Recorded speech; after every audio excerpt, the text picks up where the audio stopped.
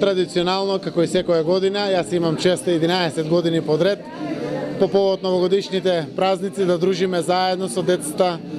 од Порака, децата со посебни потреби, каде што заедно во една организација со Дедо Мраз и заедно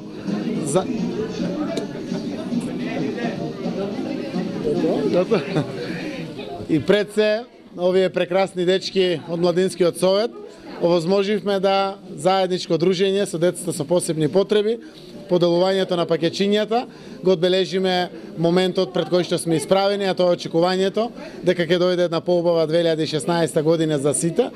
Јас сум среќен заради тоа што животот на овие дечиња и нивните родители е секоја година се поорганизиран. Општината продолжува со поддршките и помошите кои што ги има према Сдружениото Порака. Се надевам дека сите чинители во општеството максимално ќе се вклучат како би биле овие деца вклучени во секојдневниот живот